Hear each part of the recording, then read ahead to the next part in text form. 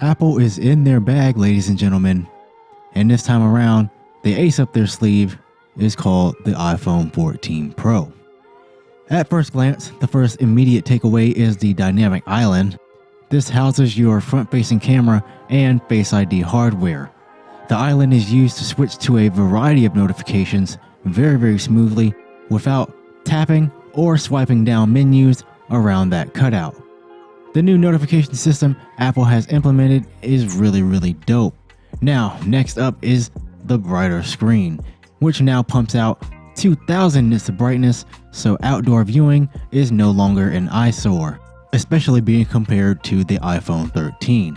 Now, as we all know, multimedia is a big concern with this year's iPhone.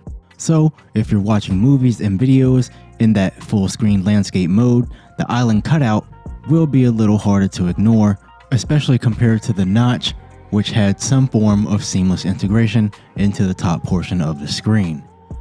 And now for the display.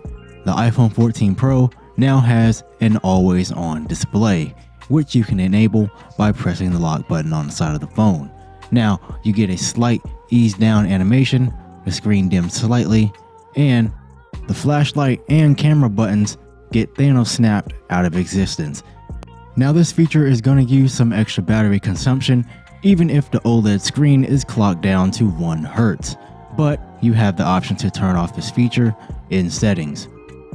Also new for the iPhone 14 Pro is the retouched front-facing camera that now has autofocus and higher color accuracy. Also, the main camera system gets a 48 megapixel sensor paired with Apple's Photonic Engine image processing, and the results speak for themselves. Full 48 megapixel raw photos, but be warned, if you're going to be taking a lot of these shots, you're looking at around 80 to 100 megs per image, but man, they look great. Other notable comparison upgrades are cleaner dynamic range, 2x zoom, lossless, and improved low light photography. Now, Apple claims up to 3 times better, that's up for debate, but there are noticeable improvements overall. Lastly, Apple has added the Action Cam, which is just a hardcore image stabilization using the wide-angle lens. Now, let's talk performance. The iPhone 14 Pro has the Apple A16 Bionic chip, and the performance is top tier. Gaming with heavyweight titles are a breeze, and if you're looking to attach a mobile controller like the Backbone One, you'll be in for a good time. Pricing in the US will vary with storage, starting at $999 for the Pro and a little over $1,000 for the Pro Max.